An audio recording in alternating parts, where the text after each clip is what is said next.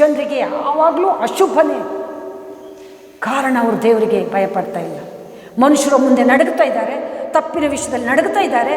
ದೇವರ ಆಜ್ಞೆಗಳನ್ನು ಕೈಕೊಂಡು ದೇವರಿಗೆ ನಡುಗ್ತಾ ಇಲ್ಲ, ಭಯಭಕ್ತಿ ತೋರಿಸ್ತಾ ಇಲ್ಲ.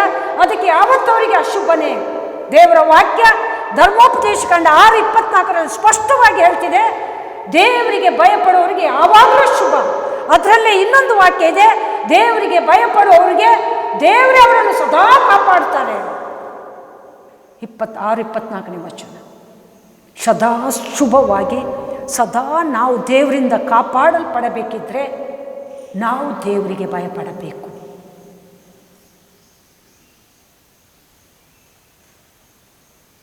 ಎರಡು ಅರಸು 17:39 ವಚನ ನೋಡುವಾಗ ಸದಾ ಶುಭ, ದೇವರೇ ನಮ್ಮನ್ನು ಕಾಪಾಡ್ತಾರೆ, ಯಾವ ಹಾನಿಯಾಗದಂಗೆ ದೇವರೇ ಕಾಪಾಡ್ತಾರೆ.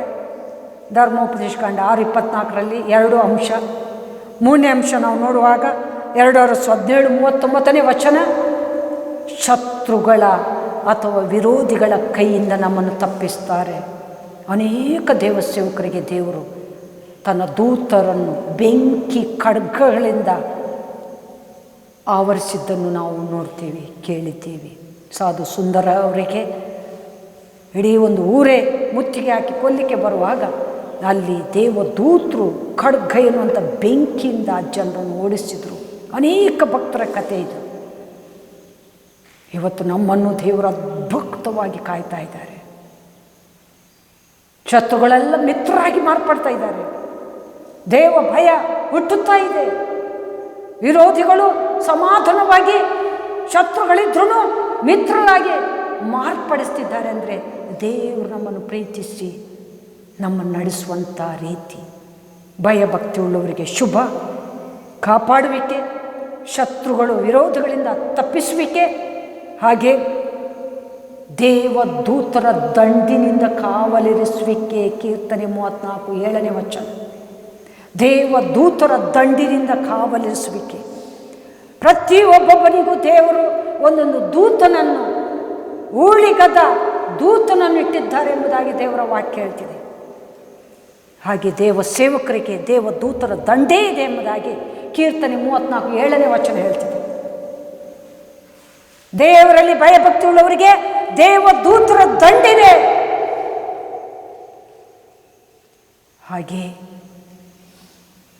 ಅದೇ ಕೀರ್ತನೆ 34:9 ವಚನ ನೋಡಿ, ದೇವರಲ್ಲಿ ಭಯಭಕ್ತಿ ಉಳ್ಳವರಿಗೆ ಯಾವುದಕ್ಕೂ ಕೊರತೆ ಇಲ್ಲ. ದೇವರಲ್ಲಿ ಭಯಭಕ್ತಿ ಉಳ್ಳವರಿಗೆ ಕೀರ್ತನೆ 34:9 ಯಾವುದಕ್ಕೂ ತೊಂದರೆ ಇಲ್ಲ. ಕೀರ್ತನೆ 111 ವಚನ ನೋಡ್ರಿ, ದೇವರಲ್ಲಿ ಭಯಭಕ್ತಿ ಉಳ್ಳವರಿಗೆ ಎಲ್ಲಿಲ್ಲದ ಜ್ಞಾನ. ಹಲ್ಲೆಲೂಯಾ. ತಪ್ಪು ಸರಿಗಳ ಜ್ಞಾನ, ಹೇಗೆ ಮುಂದಕ್ಕೆ ಹೋಗ್ಬೇಕನ್ನುವಂಥ ಜ್ಞಾನ, ದೇವರು ಜೊತೆಗಾರಾಗಿದ್ದಾರೆ ಎನ್ನುವಂಥ ತಗ್ಗಿಸುವಿಕೆ ಜ್ಞಾನ, ನಮ್ಮನ್ನು ನಾವು ಹಿಡಿತದಲ್ಲಿ ಕಂಟ್ರೋಲಲ್ಲಿ ಇಟ್ಟುಕೊಳ್ಳುವಂಥ ಜ್ಞಾನ, ಹಾಗೆ ಒಳ್ಳೆಯದನ್ನೇ ಮಾಡಬೇಕು ಅನ್ನೋ ಎಚ್ಚರಿಕೆ, ಅನ್ಯಾಯ ಮಾಡದವರಾಗಿ ಜೀವಿಸುವಂಥ ಜ್ಞಾನ. ಕೀರ್ತನೆ 111 ವಚನ ಹೇಳುತ್ತಿದೆ, ದೇವರಿಗೆ ಭಯಪಡುವವರಿಗೆ ನಿಜವಾಗ್ಲೂ ಎಲ್ಲಿಲ್ಲದ ಜ್ಞಾನ. ಜ್ಞಾನೋಕ್ತಿ 1:7 ದೇವರಿಗೆ ಭಯಪಡುವವರಿಗೆ ವಿಶೇಷ ತಿಳುವಳಿಕೆ.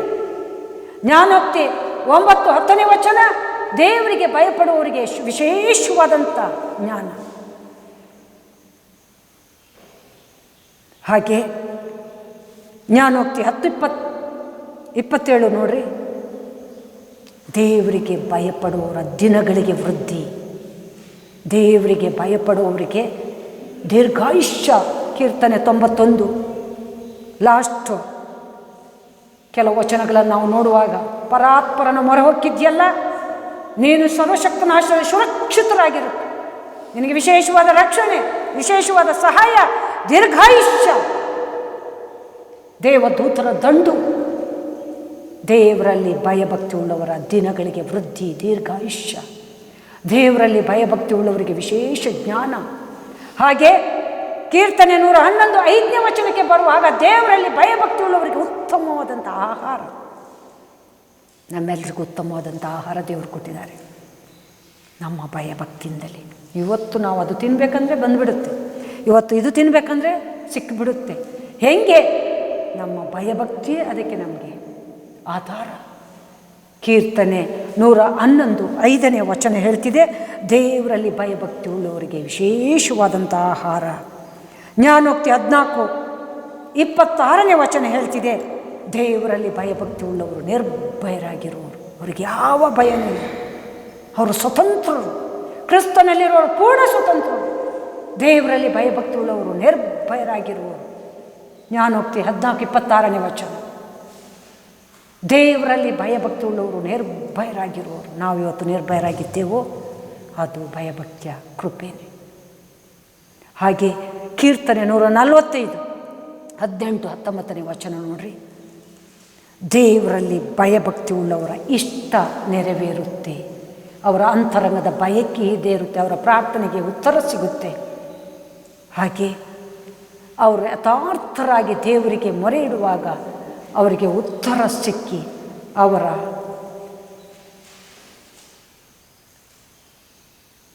ಬಳಿಗೆ ದೇವರು ನೇರವಾಗಿ ಸಹಾಯ ಮಾಡ್ತಾರೆ. ನಮ್ಮ ಮುದ್ದುವ ಚಿನ್ನುವ ಗೊತ್ತಿಲ್ಲ, ಯು ಆರ್ ಮುದ್ದು. ಮದುವೆ ಇದ್ದರು ಸ್ವಾಮಿ ಎಷ್ಟೋ ಜನರಿಗೆ ಅತ್ಲಗೇನು ಯಾವ ಪ್ಲೇಸ್ ಅದು ಡೆನಮನ್ ಹೈದ್ರಾಬಾದ್ ಇನ್ನಿತರ ದೂರಕ್ಕೆ ಹಾಕಿದರೆ ಈ ಮಗು ತುಮಕೂರಾದ್ರೂ ಭಯಭಕ್ತಿ ಉಳ್ಳವರಾಗಿ ಹೆಜ್ಜೆ ಹೆಜ್ಜೆಗೂ ಆಲ್ ಟಿಕೆಟು ಪಾಪ ಮದುವೆ ಮನೆಗೆ ಬಂದು ಪ್ರಾರ್ಥಿಸ್ತಿತ್ತು. ಆ ಭಯಭಕ್ತಿ ವಾತಾವರಣ ತುಮಕೂರಿಗೆ ಹಾಕಿ ಅದು ಮದುವೆ ಮುಗ್ದ ಮೇಲೆ ಮಧ್ಯಾಹ್ನದ ಮೇಲೆ ಎಕ್ಸಾಮ್ ಇಟ್ಕೊಂಡು ಅದರಲ್ಲಿ ದೇವ್ರು ಟೆಸ್ಟ್ ಮಾಡಿದರು. ಏನು ಮದುವೆ ದೊಡ್ಡದ, ನೀನು ಭಯಭಕ್ತಿನ ಇದುವರೆಗೆ ಓದಿ ನಿನ್ನ ಭವಿಷ್ಯ ನನ್ನ ಕೈಯಲ್ಲಿರೋದು ದೊಡ್ಡದು, ಅದರಲ್ಲಿ ಸಾರ್ಥಕಳಾದೆ ಮಗಳೇ, ಟೆಸ್ಟಿಂಗಲ್ಲಿ ಪಾಸಾದೆ, ರಿಸಲ್ಟಲ್ಲೂ ಉತ್ತಮ ಅಂಶನೇ ಹೊರತು ದೇವರು ಬಿಲ್ಕುಲ್ ಕೈ ಬಿಡೋರಲ್ಲ. ಭಯಭಕ್ತಿ ನಮ್ಮಲ್ಲಿ ಆವರಿಸಲೇಬೇಕು. ಭಯಭಕ್ತಿ ಉಳ್ಳವರ ಇಷ್ಟಾರ್ಥ ನೆರವೇರುತ್ತೆ. ನಿಮ್ಮ ಇಷ್ಟಾರ್ಥ ಏನಿತ್ತು ಅದನ್ನು ಉತ್ತರ ಕೊಟ್ಟು ದೇವರು ನೆರವೇರಿಸಿದರು. ಭಯಭಕ್ತಿ ಪ್ರಾಮುಖ್ಯವಾದದ್ದು. ಕೆಲವು ಗಂಡು ಮಕ್ಕಳು ಹೆಣ್ಣು ಮಕ್ಕಳ ಹತ್ರ ಸಡೀಲವಾಗಿ ಮಾತಾಡೋದು ಅದು ಭಯಭಕ್ತಿಯ ಲಕ್ಷಣ ಅಲ್ಲ. ಬೇರೆಯವರಿಗೆ ನೋಡುವಾಗ ಇದನ್ನು ನೋಡದೆ ಬೇಡ, ಕಣ್ಮುಚ್ಕೊಂಡು ಇತ್ಲ ಬರೋಣ ಎಂಬುದಾಗಿ ಆಗುತ್ತೆ. ಅದರಲ್ಲೂ ಭಕ್ತರಾದಂಥ ನಾವುಗಳು ಅಂಥ ಒಂದು ಪರಿಸ್ಥಿತಿ ಅಲ್ಲಿಂದ ತಪ್ಪಿಸ್ಕೊಳ್ಳಿಕ್ಕೆ ಅಥವಾ ನಮ್ಮಂಥ ಹಿರಿಯರು ಅವರಿಗೆ ಬುದ್ಧಿವಾದ ಹೇಳಲಿಕ್ಕೆ ಟ್ರೈ ಮಾಡಬೇಕು. ನೋಡಿ ಸುಮ್ಮನೆ ಬರೋದಲ್ಲ, ಬುದ್ಧಿವಾದ ಹೇಳಬೇಕು. ನಿಮ್ಮಂಥವರು ಬಲೆಗೆ ಬೀಳದಂಗೆ ತಪ್ಪಿಸ್ಕೊಳ್ಬೇಕು. ಭಯಭಕ್ತಿಯ ರೂಟ್ ನಮ್ಮನ್ನು ಸದಾ ಎಚ್ಚರಿಸಿ ಮಾರ್ಗ ತೋರ್ಪಡಿಸುವಾಗ ಆ ವಿಷಯದಲ್ಲಿ ನಾವು ಅಲರ್ಟ್ ಆಗಿರೋದನ್ನು ಕಲಿಯಬೇಕು. ಇವತ್ತು ಹುಚ್ಚು ಪ್ರಪಂಚ ಅದರಲ್ಲೇ ಸಾಗಿ ಅನ್ಯಾಯವಾಗಿ ದೈವ ಶಿಕ್ಷೆಯನ್ನು ಹೊಂದುತ್ತಾ ಇದೆ. ಮೇಲಿನ ಮೇಲೆ ಏಟುಗಳನ್ನು ಹಾಕಿಕೊಳ್ತಾ ಇದ್ದಾರೆ. ಕೇಳಲಾರದಂಥ ಸಂಗತಿಗಳು ಅನುಭವಿಸ್ತಿದ್ದಾರೆ. ಯಾಕೆ ಭಯಭಕ್ತಿ ಇಲ್ಲ? ಭಯಭಕ್ತಿ ಉಳ್ಳವರಿಗೆ ದೇವರು ಎಂದೂ ಹಂಗೆ ಮಾಡಲ್ಲ ಎಂಬುದಾಗಿ ದೇವರ ವಾಕ್ಯ ಹೇಳ್ತಿದೆ. ಅವರ ಇಷ್ಟ ನೆರವೇರುತ್ತೆ ಎಂಬುದಾಗಿ ಕೀರ್ತನೆ 145:18-19 ಹೇಳುತ್ತೆ. ಅವರ ಕೂಗಿಗೆ ಉತ್ತರ ಕೊಟ್ಟು ಅವರನ್ನು ಸಂತೃಪ್ತಿಪಡಿಸ್ತಾರೆ ಎಂಬುದಾಗಿ ದೇವರ ವಾಕ್ಯ ಹೇಳ್ತಿದೆ. ಅವರಿಗೆ ವಿಶೇಷವಾದ ಮೃಷ್ಟಾನ್ನ ಆಹಾರ ಎಂಬುದಾಗಿ ದೇವರ ವಾಕ್ಯ ಹೇಳ್ತಿದೆ. ಯಾವಾಗಲೂ ಶುಭ, ಅವರ ದಿನಗಳಿಗೆ ವೃದ್ಧಿ, ಎಲ್ಲಿಲ್ಲದ ಜ್ಞಾನ, ಅವರಿಗೆ ಯಾವುದಕ್ಕೂ ಕೊರತೆ ಇಲ್ಲ. ಅವರ ಸುತ್ತಲೂ ದೇವದೂತರ ದಂಡು, ಶತ್ರುಗಳು ವಿರೋಧಿಗಳು ಬಂದರೆ ಅದರಿಂದ ತಪ್ಪಿಸಲಿಕ್ಕೆ ಯಾವಾಗಲೂ ದೇವರವರನ್ನು ಕಾಪಾಡ್ತಾರೆ.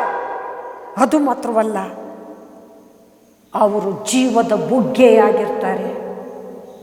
ಜೀವದ ಬುಗ್ಗೆ. ಜ್ಞಾನೋಕ್ತಿ 14:27 ವಚನ. ಜ್ಞಾನೋಕ್ತಿ 14:26 ನಿರ್ಭಯ 27 ವಚನದಲ್ಲಿ ಜೀವದ ಬುಗ್ಗೆ. ಮೃತ್ಯು ಪಾಶದಿಂದ ಅವರು ತಪ್ಪಿಸಿಕೊಳ್ಳುತ್ತಾರೆ. ಮೃತ್ಯು ಅಂದರೆ ನರಕ, ಮರಣ. ದೇವರನ್ನು ಅರಿತಂಥ ನಮಗೆ ಕ್ರಿಸ್ತನ ಅಮೂಲ್ಯ ರಕ್ತ ನಿತ್ಯ ಜೀವಕ್ಕೆ ಪರಲೋಕಕ್ಕೆ ಕೊಂಡೊಯ್ಯುತ್ತೆ ಎಂಬ ಸತ್ಯ ಗೊತ್ತಾದ ಮೇಲೆ ನಮಗೆ ನರಕದ ಭಯ, ಮೃತ್ಯುವಿನ ಭಯ, ಮರಣದ ಭಯ ಬೇಕಾಗಿಲ್ಲ. ನಾವು ಪರಲೋಕದ ಸ್ವಾಸ್ಥ್ಯನೇ. ದೇವರಲ್ಲಿ ಭಯಭಕ್ತಿ ಉಳ್ಳವರಿಗೆ ಜೀವನೇ ನಿತ್ಯ ಜೀವವಾಗಿ ಬುಗ್ಗೆಯಾಗಿರುತ್ತೆ ಎಂಬುದಾಗಿ ಜ್ಞಾನೋಕ್ತಿ 14:27 ವಚನ ಹೇಳುತ್ತೆ. ಹಾಗೆ ಯೆಶಾಯ 33:6 ವಚನದಲ್ಲಿ ದೇವರ ಭಯ ನಿನಗೆ ನಿಧಿಯಾಗಿದೆ, ನಿನಗೆ ದೊಡ್ಡ ಸಂಪತ್ತು ಆಗಿದೆ. ಎಷ್ಟೋ ಜನರಲ್ಲಿ ದೇವ ಭಯ ಇಲ್ಲ. ನಮ್ಮಲ್ಲಿ ದೇವ ಭಯ ಇದೆ ಅಂದರೆ ಅದು ದೇವರು ಕೊಟ್ಟಿರುವ ಮಹಾ ಗಿಫ್ಟು, ಅದು ನಮ್ಮ ದೊಡ್ಡ ನಿಧಿ. ಅದನ್ನು ಬಿಟ್ಟು ಕೊಡಬಾರ್ದು, ಅದನ್ನು ಜೀವಂತಕ್ಕೂ ಕಾಪಾಡಬೇಕು, ನಮ್ಮ ಮಕ್ಕಳಿಗೂ ಹೇಳಿಕೊಡಬೇಕು. ಅದೇ ನಮ್ಮ ದೊಡ್ಡ ಸಂಪತ್ತು. ನಮ್ಮಲ್ಲಿ ಆಶೀರ್ವಾದ ಬರಬೇಕಿದ್ರೆ ದೈವ ನಿಧಿ ಇರಬೇಕು. ದೈವ ನಿಧಿ ಅಂದರೆ ಭಯಭಕ್ತಿ. ಭಯಭಕ್ತಿ ನಮ್ಮಲ್ಲಿದ್ದರೆ ನಾವು ಚಲ್ ಆಡುವವರಲ್ಲ, ಲೋಕ ಕುಣಿದಂಗೆ ಕುಣಿಯೋರಲ್ಲ, ಒಟ್ಟಾರೆ ಸಾಗುವವರಲ್ಲ. ಭಯಭಕ್ತಿಯಿಂದ ಸದಾ ದೇವರಿಗೆ ಮೆಚ್ಚುಗೆಯಾಗಿ ನಡೆಯುವವರು.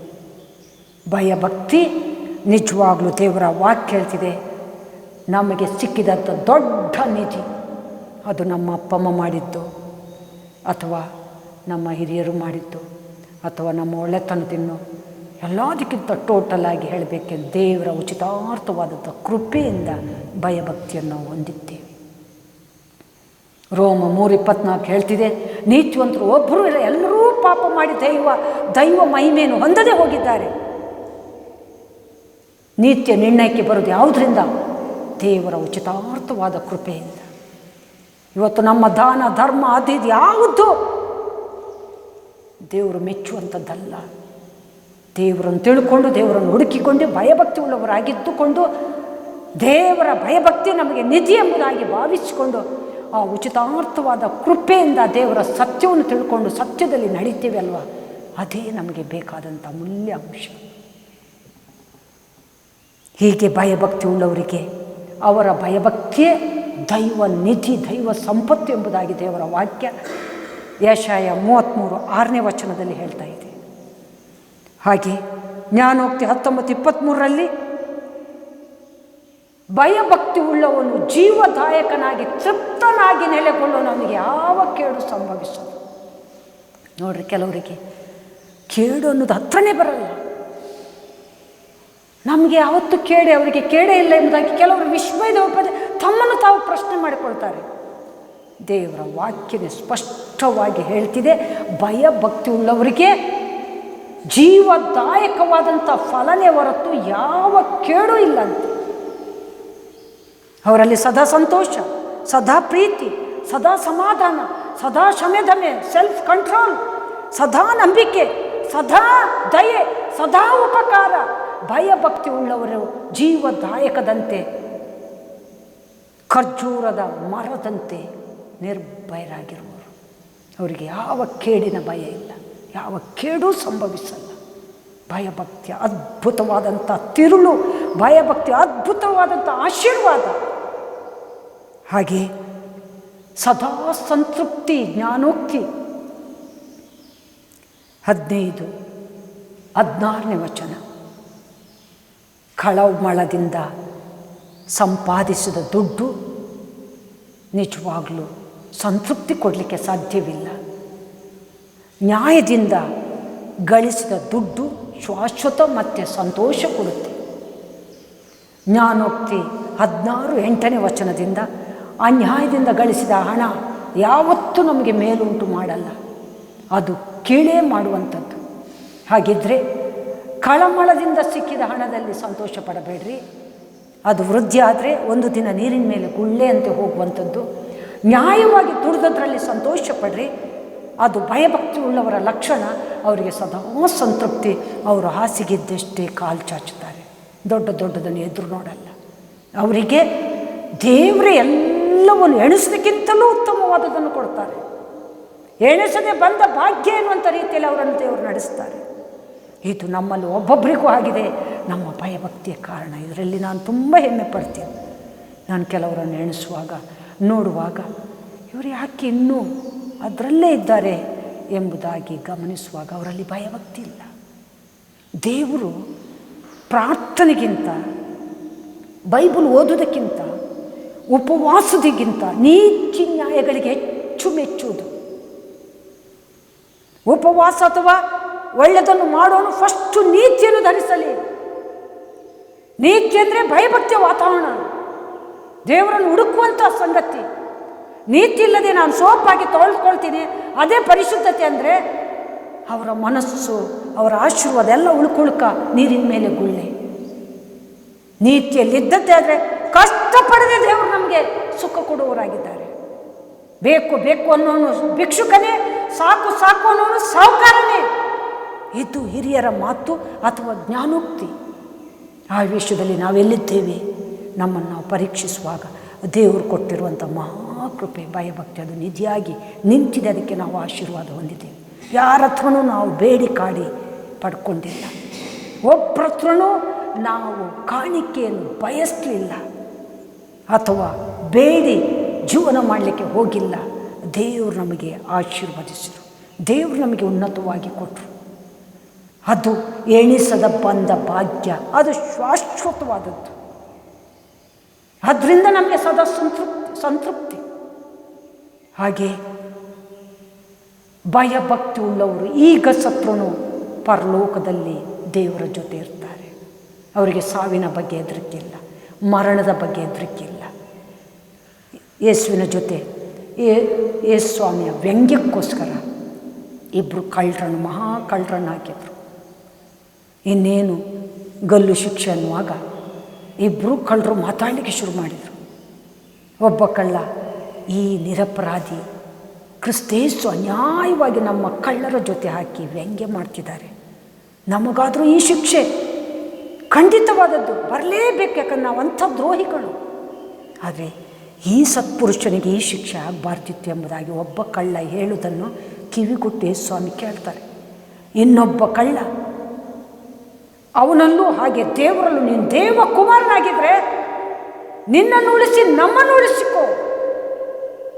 ಇವತ್ತು ನಾವು ಓದಿದಂಥ ಕೀರ್ತನೆ 2 ಅದರಲ್ಲಿ ಸುಮಾರು ವಚನ ದೇವ್ರದ್ದು ಹೇಳ್ತಿದೆ. ನೀನು ಕೇಳಿಕೊಂಡ್ರೆ ನಾನು ಅನ್ಯ ಜನಾಂಗಗಳನ್ನೇ ನಿನಗೆ ಕೊಡುವೆನು, ನಿನ್ನ ಅಧೀನ ಮಾಡುವೆನು, ಭೂಮಿಯ ಕಟ್ಟ ಕಡೆಯವರೆಗೂ ಇರುವ ಎಲ್ಲ ದೇಶಗಳು ನಿನಗೆ ಸ್ವಾಸ್ಥ್ಯವಾಗಿ ಕೊಡುವೆನು. ಕಬ್ಬಿಣದ ಗದೆಯಂತೆ ನೀನು ಅವರನ್ನು ನಾಶ ಮಾಡುವಿ, ಮಣ್ಣಿನ ಮಡಕುಗಳನ್ನೋ ಎಂಬಂತೆ ಅವರನ್ನು ಒಡೆದು ಹಾಕುವಿ. ಇದು ಯೇಸು ಸ್ವಾಮಿಗೆ ದೇವರು ಹೇಳಿದಂಥ ಮಾತು. ಶಿಲುಬೆಯಲ್ಲಿರುವಾಗ ಯೇಸು ಸ್ವಾಮಿಗೆ ದೇವರು ಹೇಳಿದಂಥ ಮಾತು ದಾವೀದನ ಬಾಯಿಯಲ್ಲಿ ನುಡಿಸಿದ್ರು. ಅದು ನಮಗೆ ಮಾದರಿಯಾಯಿತು. ಯೇಸು ಸ್ವಾಮಿ ಕೇಳಿದರೆ ದೇವರು ಗದ್ದೆಗಳಿಂದ ಮಡಿಕೆಗಳಂತೆ ಪುಡಿ ಪುಡಿ ಮಾಡುವ ಶಕ್ತಿ ಯೇಸು ಸ್ವಾಮಿಗಿತ್ತು. ಯೇಸು ಸ್ವಾಮಿ ಕೇಳಲಿಲ್ಲ. ಯಾಕೆ? ದೇವರ ಚಿತ್ತ, ತನ್ನ ಸಂಕಲ್ಪ ನೆರವೇರಬೇಕೆಂತ ಆಸೆ ಇತ್ತು.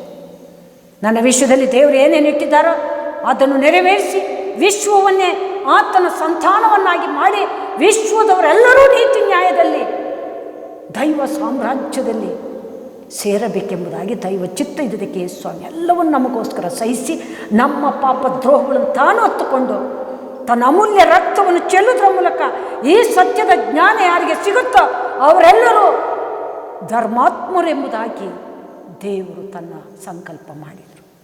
ಇವತ್ತು ನಾವು ಧರ್ಮಾತ್ಮರಾಗಿದ್ದೇವೆ. ಲೋಕ ಮಾಡಿದ ಧರ್ಮ ಅಲ್ಲ, ದೇವರು ಮಾಡಿದಂಥ ಜೀವವುಳ್ಳ ಧರ್ಮಾತ್ಮರಾಗಿದ್ದೇವೆ. ಪರಲೋಕದ ಮಕ್ಕಳಾಗಿದ್ದೇವೆ, ದೇವ ಮಕ್ಕಳಾಗಿದ್ದೇವೆ. ಲೋಕ ಮಾಡಿದ ಕ್ರಿಶ್ಚಿಯನ್ ಮತದವರಲ್ಲ ನಾವು.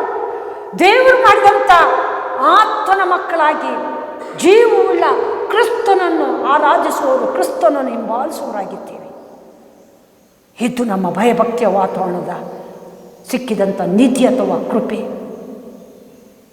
ಆ ಕಳ್ಳ ನಮಗಾದರೂ ಇದು ಸಹಜ, ಈ ಸತ್ಪುರುಷರಿಗೆ ಬರಬಾರ್ದಿತ್ತು ಎಂಬುದಾಗಿ ಹೇಳುವಾಗ ಇನ್ನೊಬ್ಬ ಗದ್ಗದಿಂದ ಭಯ ಇಲ್ಲದೆ ವರ್ತಿಸಿದ. ಈಗಲೂ ನೀನು ದೇವರಿಗೆ ಭಯಪಡಲ್ವ ಅಂತ ಈತ ಹೇಳಿದಾಗ ದೇವರು ತಕ್ಷಣವೇ ಹೇಳಿದಂಥ ಮಾತು, ಇಂದೇ ನನ್ನ ಜೊತೆ ನೀನು ಪರಲೋಕದಲ್ಲಿರುವಿ. ನೋಡ್ರಿ, ಅವನು ಕಳ್ಳನಾಗಿದ್ರು ಕಟ್ಟ ಕಡೆಗೆ ಅರ್ಥ ಮಾಡಿಕೊಂಡು ತನ್ನ ಪರಿಸ್ಥಿತಿಯನ್ನು ತಿಳಿದುಕೊಂಡು ದೇವರಿಗೆ ಭಯಪಟ್ಟ, ಕೆಟ್ಟದ್ದನ್ನು ಹಾಗೆ ಮಾಡಿದ, ಪಶ್ಚಾತ್ತಪಟ್ಟ, ನೂತನವಾದ ಆ ಭಯನೇ ಅವನಿಗೆ ಅದೇ ಗಳಿಗೆಯಲ್ಲಿ ಪರಲೋಕಕ್ಕೆ ಸೇರಿಸಿತು. ಇವತ್ತೇ ನೀನು ನನ್ನ ಜೊತೆ ಪರಲೋಕದಲ್ಲಿರುತ್ತಿ. ಭಯ ಭಕ್ತಿ ಉಳ್ಳವರು ಸತ್ರು ತಕ್ಷಣ ಪರಲೋಕಕ್ಕೆ ಸೇರ್ತಾರೆ, ದೇವರ ಜೊತೆ ಇರ್ತಾರೆ, ದೇವರನ್ನು ಮುಖಾಮುಖಿಯಾಗಿ ನೋಡ್ತಾರೆ. ಅದಕ್ಕೆ ಯೆರೆಮೀಯ 5:22 ವಚನ ಹೇಳುತ್ತಿದೆ, ದೇವರು ನಿಮಗೆ ಹೇಳುವ ಮಾತನ್ನು ಕೇಳ್ರಿ. ನೀವು ನನಗೆ ಅಂಜುವುದಿಲ್ಲವೋ, ನನ್ನ ಎದುರಿಗೆ ನಡುಗುವುದಿಲ್ಲವೋ? ನಡಗಬೇಕು, ನಡಗಲೇಬೇಕು, ಅಂಜಲೇಬೇಕು. ಯೆರೆಮೀಯ 5:22. ಯಾಕಂದರೆ ನಾನೇ ಸರ್ವೇಶ್ವರ, ನಾನೇ ದೇವರು, ನಾನೇ ಆದಿ ಅಂತ್ಯವು, ನಾನೇ ಪ್ರಾರಂಭವು ಸಮಾಪ್ತಿಯೋ.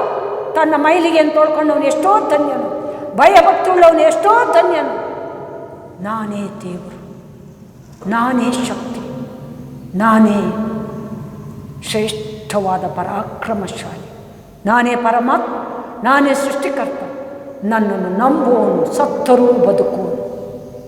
ಹೌದು ಪ್ರಿಯರೇ, ಯೇಸುಸ್ವಾಮಿ ಹೇಗೆ 3ನೇ ದಿನದಿಂದ ಆ ದೊಡ್ಡ ಸಮಾಧಿಯೊಳಗಿದ್ದ ಎದ್ರು, ಹಾಗೆ ನಾವು ಪುನರುತ್ಥಾನದ ಶಕ್ತಿಯಲ್ಲಿ ಸತ್ರುನು ಭಕ್ತರಾದವರೆಲ್ಲರೂ ಎದ್ದು ಪರಲೋಕ ಸೇರಲಿಕ್ಕಿದ್ದೇವೆ. ಆದ್ದರಿಂದ ನಾವು ದೇವರಲ್ಲಿ ಭಯಭಕ್ತಿ ಉಳ್ಳವರಾಗಿರಬೇಕು. ಭಯಭಕ್ತಿಯ ಆಶೀರ್ವಾದವನ್ನು ನಾವು ನೋಡಿದೆವು. ಸದಾ ಶುಭ, ಸದಾ ಕಾಪಾಡುವಿಕೆ, ಸದಾ ದೇವದೂತರ ದಂಡು, ಸದಾ ಶತ್ರುಗಳಿಂದ ತಪ್ಪಿಸುವಿಕೆ, ಸದಾ ಕೊರತೆ ಇಲ್ಲ, ಸದಾ ಆಹಾರ, ಸದಾ ಜ್ಞಾನ, ಸದಾ ದೈವ ಭಕ್ತಿ ಎನ್ನುವಂಥ ನಿಧಿ, ಸದಾ ನಮ್ಮ ದಿನಗಳಿಗೆ ವೃದ್ಧಿ, ಜೀವದ ಬುಗ್ಗೆಯಾಗಿ ಮೃತ್ಯುವಿನಿಂದ ನಾವು ತಪ್ಪಿಸಿಕೊಳ್ಳುತ್ತೀವಿ. ನಿತ್ಯ ಜೀವ ನಮಗೆ. ಹಾಗೆ ಫಲದಾಯಕವಾದಂಥ ಜೀವಿತ, ಸದಾ ಸಂತೃಪ್ತಿ, ಪ್ರೀತಿ, ಸಂತೋಷ, ಸಮಾಧಾನ, ದೀರ್ಘಶಾಂತಿ, ಶಮೆದಮೆ, ಸಾಧುತ್ವ, ದಯೆ, ಉಪಕಾರ ಇವೆಲ್ಲವುಗಳಿಂದ ಅಲಂಕರಿಸಿಕೊಳ್ಳುವಂಥ ಮಹಾಶಕ್ತಿ, ಕೃಪೆ. ಹಾಗೆ ಕಟ್ಟ ಕಡೆಗೆ ನಿರ್ಭಯ, ಜೀವದ ಬುಗ್ಗೆ, ನಿಧಿ, ಸದಾ ಸಂತೃಪ್ತಿ, ಪರಲೋಕದ ಮಹಾಭಾಗ್ಯ. ಭಯಭಕ್ತಿ ಉಳ್ಳವರ ಆಶೀರ್ವಾದ. ಭಯಭಕ್ತಿಯಿಂದ ಇದ್ದೇವೆ, ಭಯಭಕ್ತಿ ಬಗ್ಗೆ ಕೇಳಿದ್ದೇವೆ, ಭಯಭಕ್ತಿಯಿಂದ ದೇವರನ್ನು ಆರಾಧಿಸ್ತಿದ್ದೇವೆ, ದೇವರನ್ನು ಭಯಭಕ್ತಿಯಿಂದ ಸೇವಿಸ್ತಿದ್ದೇವೆ.